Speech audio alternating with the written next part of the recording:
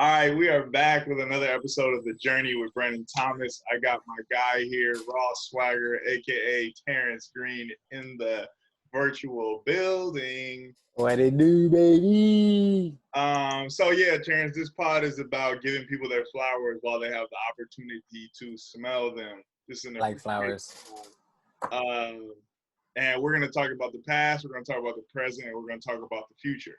So we're going to kick this thing off with a little bit of the past. I'm going to ask you, what are the 3 greatest moments of your life? Yeah, I know. As you recall them right now. The 3 greatest moments of my life. Wow.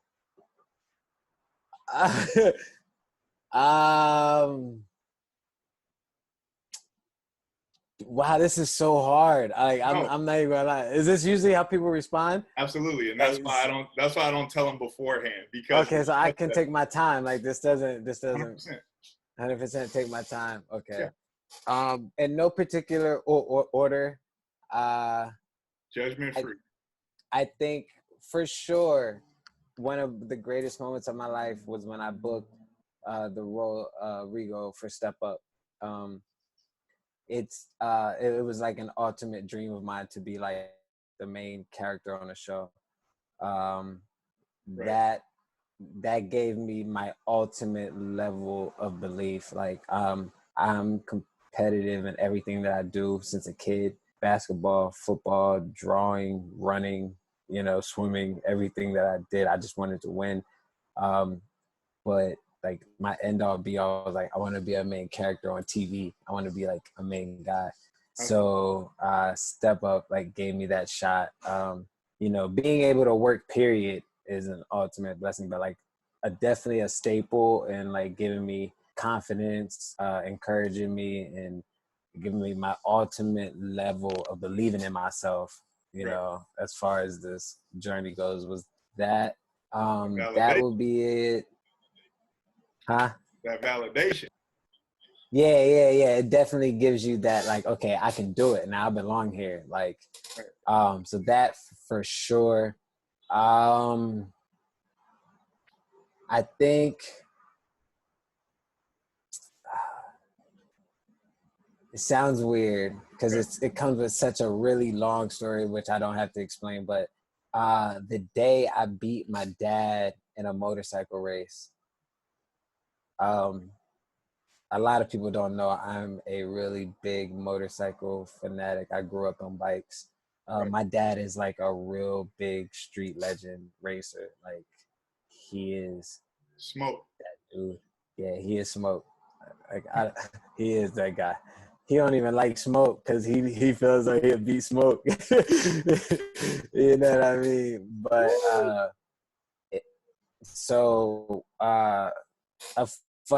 a fun fact about me is that as a kid, my dad raised me, like he trained me on racing at a really young age. All right, we are here with The Journey.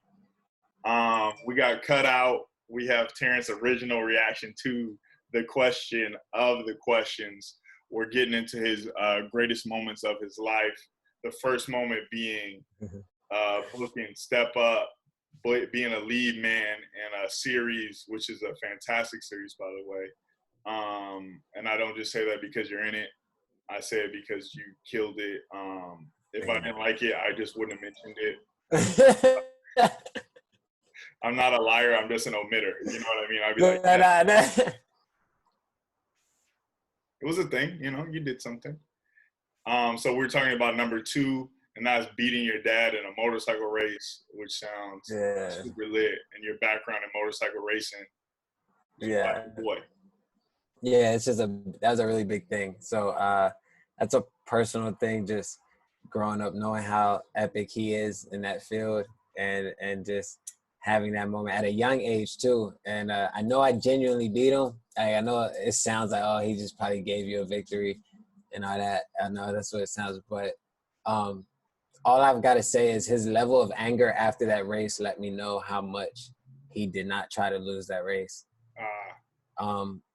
after every race, you usually have like a couple minutes where you sit down and you talk about the race, or you just let your bike cool down, or just whatever the case may be, you make your round back into line. He literally didn't stop. He grabbed his ticket and got right back in line and told me, come on. Like, he wouldn't even let me bask in the moment. You know what I'm saying? Like, he had to end it for me real quick. And I ain't gonna lie, that next race he beat my ass. But like, That's crazy. but I genuinely beat him. Like, it was such a close race. It was such an intense moment, and it was something that, like, you as a kid, you know what I'm saying, it's like your dad is like Superman. He's the strongest man in the world. You know, you have that moment where it's like, I'm actually, I'm nice. Like, I've done epic things as a kid. That's the one he taught me and my brother how to be epic kids on street bikes. So that was our thing. We was like, yo, that's them two little kids that be on the street bikes going crazy. They only like 9, 10, 11, and 12, but they going crazy. You know what I'm saying? So Right. that was a thing. So to be able to finally conquer that, you say it as a kid, I'm gonna beat you one day. You know that. Right. And then it happened. So that was it. Can I ask what the race was? Was it like quarter mile, or where y'all? Quarter mile race. It was at a racetrack. It was actually at Atlanta Motor Speedway. Oh wow. And it was on pit road. We raced the pit road. That's lit. Yeah. So that was, it was wild. Like, Okay. I mean, I had a dirt bike when I was 3. So like. Oh yeah, so you've been about it. I've been on dirt bikes and street bikes. Yeah. So that. Give me number 3. Damn. Number 3. Yeah. I'm torn. I'm not even gonna lie. Okay, well give it. I can divvy this up. It's gonna sound bad, but you know, it's my truth. This is my reality. Yeah. I think one of my biggest split, my third moment split would be the moment I chose to leave PA and go to Atlanta to pursue dancing and acting and all that. Just because that was probably the biggest leap of faith I've ever taken in my life. Wow. And this sounds so bad.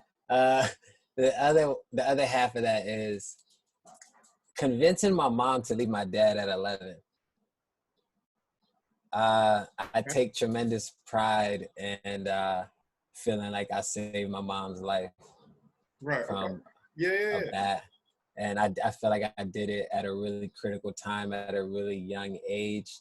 So I pride myself in being aware of the situation and being able to find a way to get her to make her way out of it.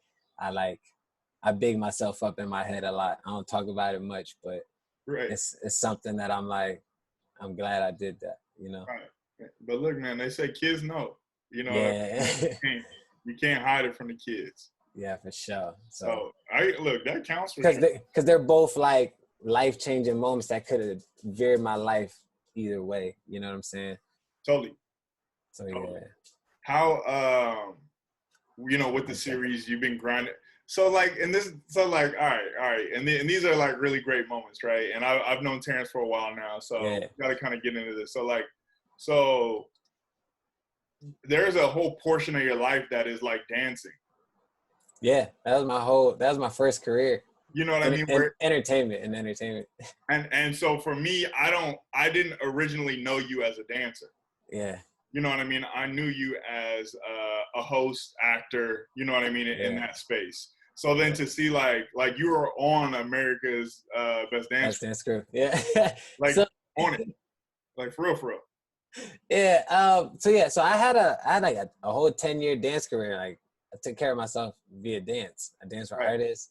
I went on the road with artists. I did music videos. I taught classes. I traveled the world teaching classes. But LA is what told me what I should be doing. America's Best Dance Crew was my first taste of LA. Right. And LA's always a dream of mine because I've been a Laker fan since I was a kid. Oh. So the Kobe thing is a big, you know, I've been a Kobe fan since he was in high school. Yeah, that's you, but we all know. LAC over here, boss. That's all I could forget. But no, I see you, Dom. You know what I'm saying? But so the LA thing is just always been like a dream. You never think it's gonna happen, Right. So America's Best Dance Crew, I got to spend a couple weeks out here. So that was my first LA taste. And then I came right back like 2 weeks later on a one-way, like, let's get it. Let's figure it out. Like, I just dug it out. Now, granted, that was the worst, like, 4 years of my life after that. But Right. that's another story. I love So the dancing is what transitioned me. And when I say LA told me I should act, meaning I've always wanted to. But when I got out here, I still was pursuing strictly dance. I had no plugs with TV. I had no ends. It was just dances was entertaining. I like entertaining people. I'm pursuing dance. right. But when I say LA tells you what you're good at, meaning if you just live your life and you listen to people and you just look at the signs, like everywhere I went for dance shows, like people would be like, yo, he's funny as hell. He's funny. He's funny. You funny. So I knew that. I knew I had comedy. Hey guys.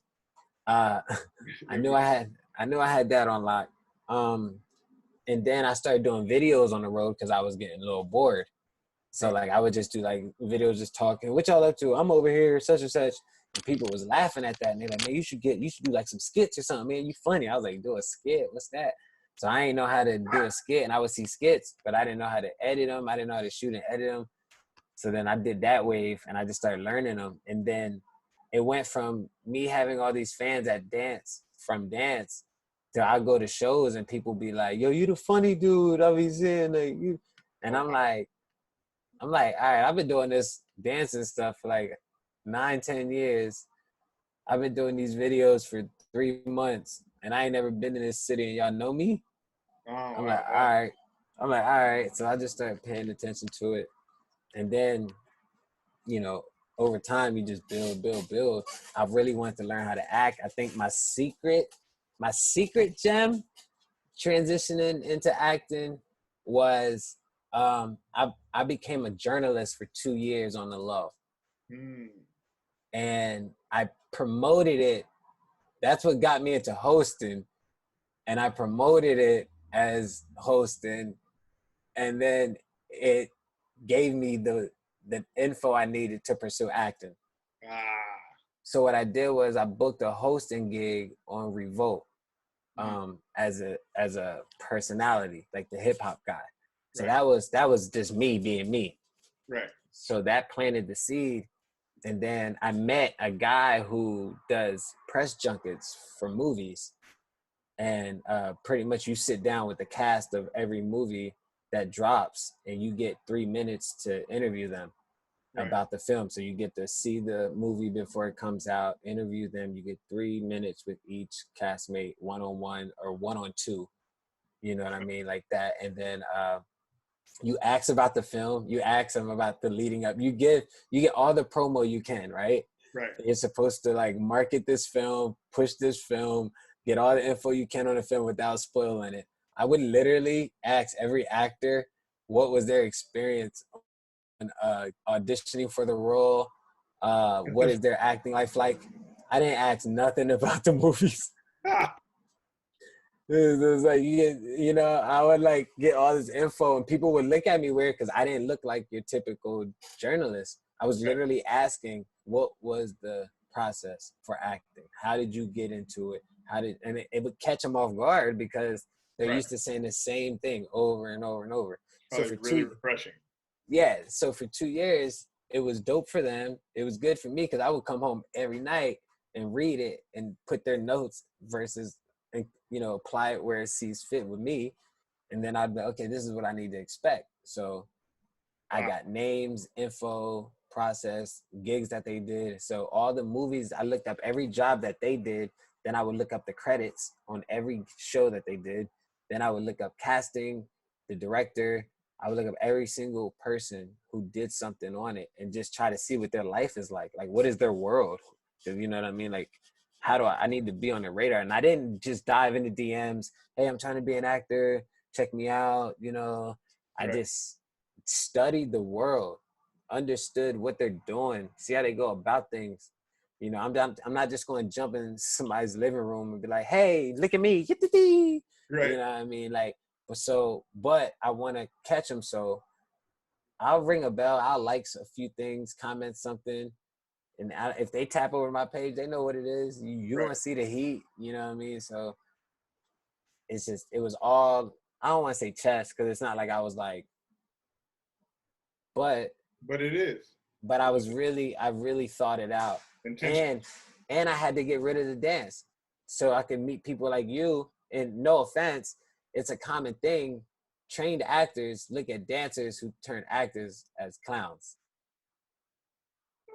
Or dancers. A lot. With reason. Oh. Our film world is not that positive in the acting world. Right. So I got that too. I understood that. I know how I thought about a lot of dance films that I saw. So I didn't want people to be like, oh, he trying to, you know. So I had to learn, all right, how can I catch them off guard? And I'm like, I'll create my own stuff. And if they like it, I'll keep going. So I can just keep creating. And I wanted to do videos that look like TV shows. That was my thing. Right. Like, I didn't want to do funny videos. I mean, I did funny videos, but I had an intent. Like, I don't want you to just laugh. I want you to look at the quality. I want you to look at how much effort I put into it. I want you to look at how much thought I put into it. I want you to look at the effect, and I want you to feel the same way you feel when you log into your Netflix or your Hulu or whatever you go to watch. Right. You know, even if it's only 30 seconds to a minute, I want you to feel. I don't want you to think you was on Instagram. You know what I'm saying? Right. I want you to think you was watching an actual show. So I like that. I lost a lot of friends with that, but I gained a lot of respect, and I'm happy with that route. Totally. I'm really happy with it. Totally. That and I think that's a very interesting look at like the journey, because, and again, from my opinion and what I observed is like you were a successful dancer. Like, you know what I mean? Like you weren't. Yeah, I made a living off of it. I was cool. Yeah. I wasn't like the best most popping, but I made a living, a career off of it. Right. For 10 years. That's epic. All right, so we've gotten to the past, so now we're gonna move into the present. If your life was a book, right, and every chapter has a name, what would you title this current chapter of your life? Fall down 9, get up 10. Booking Step Up was what, 3 years ago, something like that. Probably 3-ish years ago. 3 years ago. That was one of the biggest highlights of my life. Right. Since then, it's been honestly, it's been really hard. I'm not gonna lie. I've been through a lot of like personal problems with like family and just dealing with a lot of death. That was something I had to overcome, you know, before I started getting, I guess, buzz. So these past like 5 years, along with that greatest blessing, have been a bunch of bouncing back, which I'm okay with. You know, now as I get older, I'm starting to learn the waves of life, and you know what I'm saying, and understand you're not gonna always be up. I get that, but I've been taking some really big blows on some family stuff, some work stuff too. You know, just a lot of stuff because I feel like it all happened like after I started getting super happy. Right. And you know what I mean? So it's a balance thing. I am blessed with like awareness, and you know, my faith in God is crazy, you know what I'm saying? And my work ethic I like a lot. But like every time I get like really good news, it's like it comes with something crazy. Right. And I feel like for the last few years it's been happening a lot more. But it's making me stronger, it's teaching me things, and I'm thriving through it. It's just I'll be like, dang, again, you know what I'm saying? So it's like I like, you know, I'm not mad at it. It's been something I've dealt with my like whole life. Just feel like I've been bouncing back from things left and right. But right. I'll say these last few years have been like big chest blows, you know what I'm saying? But I'm built for it. So totally. And I think it speaks to the potential of your trajectory. Yeah. You know what I mean? Like, I don't think that people that aren't destined to do great things encounter a certain level of stuff. Like, they don't understand You know what I mean? Like they don't understand big battles because you know what they're attempting to accomplish. It doesn't put you on that road. It doesn't put you Yeah. in those crosshairs. You know what I mean? But Yeah. when you're going for it, like you already know the vibes. You Like catch them.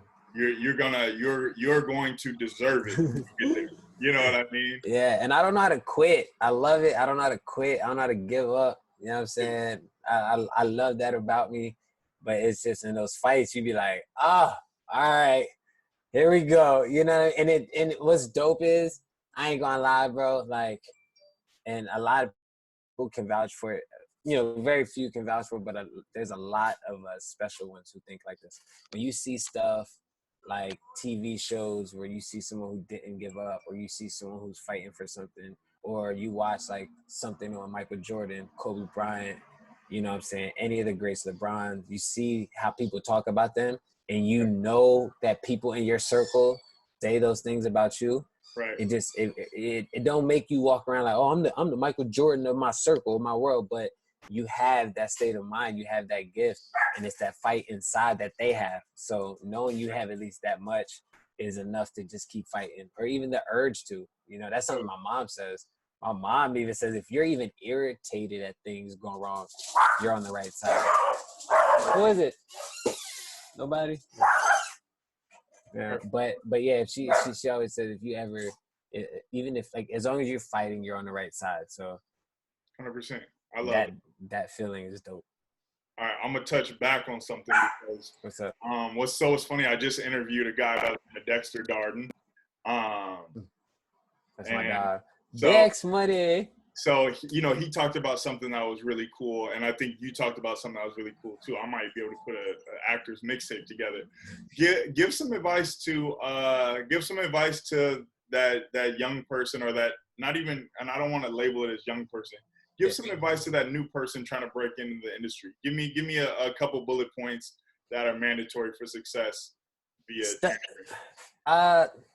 I think a couple bullet points, just chasing acting, it would be study, man. We all want to be on that screen back there, you know what I mean, watch ourselves, but you got to understand, like, they make it look easy for a reason. Like, there's a reason why it looks so natural. And it's not because it's natural. It's not natural at all. Dude, that's so good. There were some people, was on live with Dexter today, and some people were saying like Leonardo DiCaprio wasn't nice like that. And I was just kind of like, what you got to understand is what you're watching, you cannot do.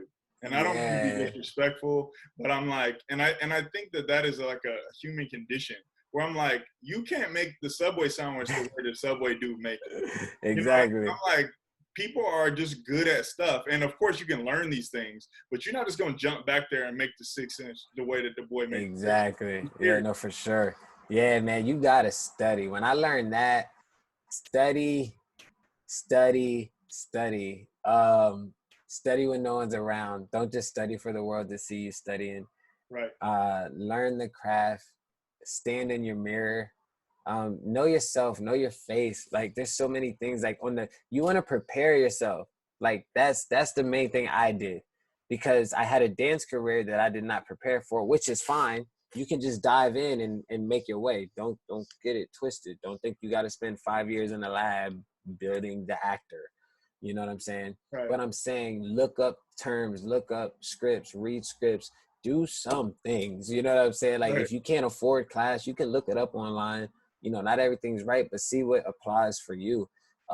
I am someone who, I took my dance career and my 10 years of dancing, and I pretty much started over with acting and applied those principles through it, you know, as far as networking, relationships, training, taking care of your body, working on my look, pictures, promo, branding, all these things. I applied everything that I did with dance into acting, you know, the same thing, just being nice to people.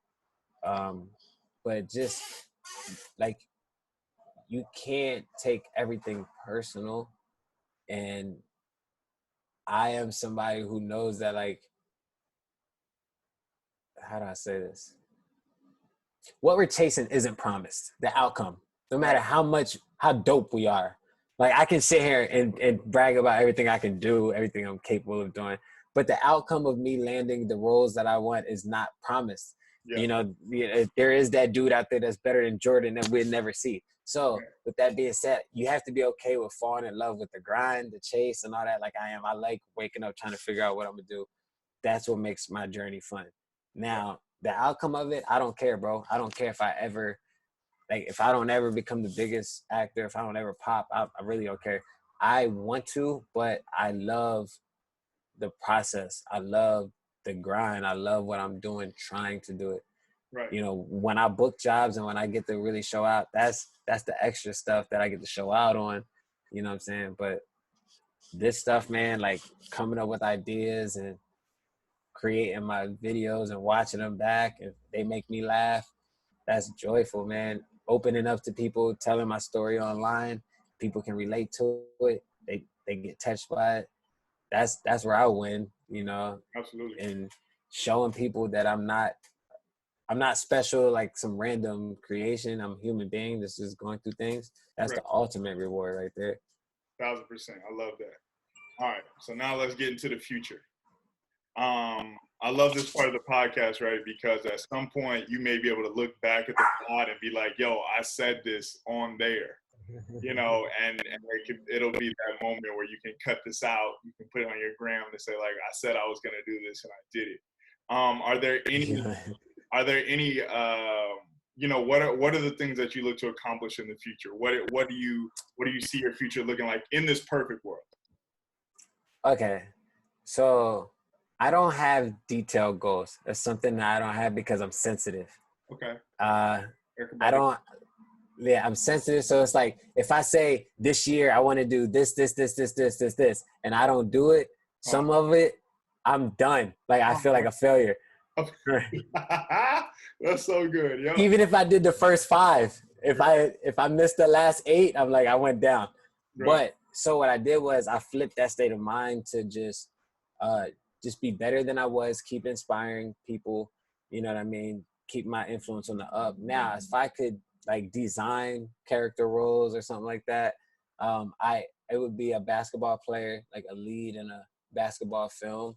Right. That is my ultimate role. Like if I could have I want like an ill basketball movie where they could be like, yo, you did that. Like I want Coach Carter too. Yeah, Coach Carter above the rim. Like I want to be a white man can't jump. I want to be in that. I want to be in that talk. 1000%. And I want to be the reason. Like, I just don't want to be. I want to be like the guy on the billboard, like you know what I mean. 100%. Space Jam, all that. So that I want to host an award show. I want to host an award show, music or film, just something I could just be me. Cut up, right? Yeah. To be honest, man, I wanna chase small cities, and I want to start with mine, where I'm from. I'm from right outside of Philly, a little town called York, PA. Right. I always was told I was weird as a kid because I believed in myself. And I always thought the world was weird because they didn't. That's the funny part. So it never worked. Right. Like, you know, as a kid, you dream big. You know what I'm saying? And you talk about, I want to do this, I want to do that. Like, everywhere I grew up, they was always like, nah, we can't do that. We ain't got those opportunities here. We can't. And I just, leave.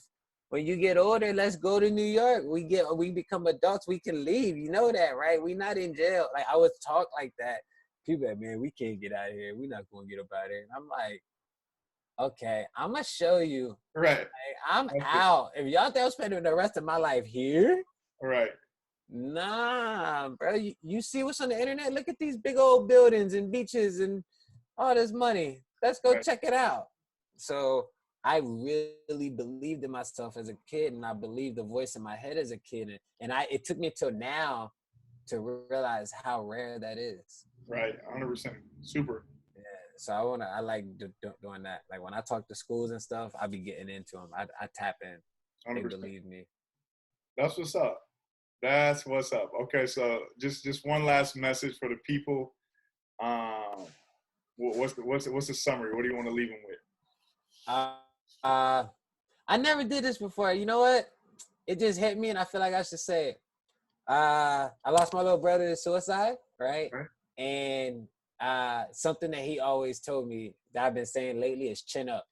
And I feel like what we've been talking about is everything as far as me proving that I keep my chin up. So Right. anybody out there, if you're going through anything, you gotta keep your chin up. You just gotta keep going. I got that from him. So yeah, if I could sum it up, I feel like everything I said today was like long and drawn out, but this is something like chin up can take you a long way if you really sit and you think about it and you iron it out when you're going through stuff. It'll help your bounce back game. Look at that. I So love that, man. I can just we title this chin up? yeah, I think so. Um, Let's title this one chin up. I just want to say thanks. Thank you for your time. It's super appreciated. We had to battle on the times because I knew that this would be a good story. I knew this would be impactful Thank you. for me. I don't care what I have to do if I can touch one person.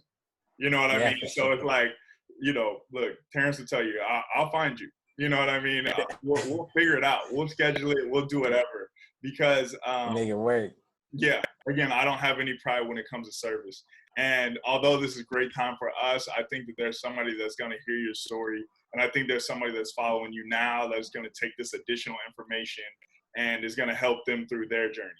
And as much Thank as you. we appreciate you and all that you've done, it's our journey that reflects on other people that's just going to take you to the next level. And I think that's what makes your legacy even greater. So Thank you, brother. Thank you. shout out to you, Triple OG. And yeah, man, I appreciate you. Man, this is dope, bro. I like it. Genuine vibes, good talks. All It was day. cool, man. I can't wait to see it too. I want to watch it.